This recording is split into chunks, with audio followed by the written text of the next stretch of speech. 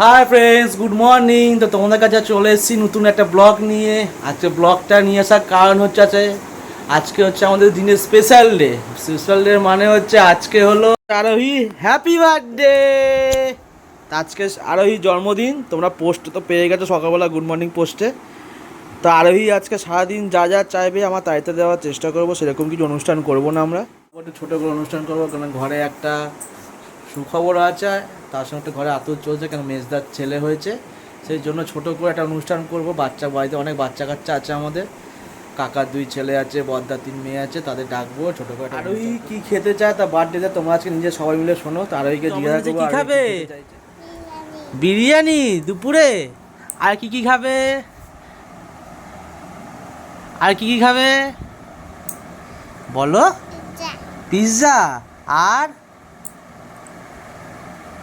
আর কি খাবে? দাঁড়া, আর কি খাবে তুমি? মোমো। আর আইসক্রিম। আর সকালবেলা বেরিয়ে পড়লাম আরোহীকে নিয়ে বাজারে।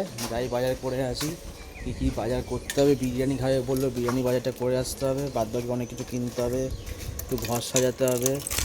এসে অটোমেটিক গাড়িতে উঠে পড়লে একা একা। গাড়িটা বাইরে বের করি, তারপর বস।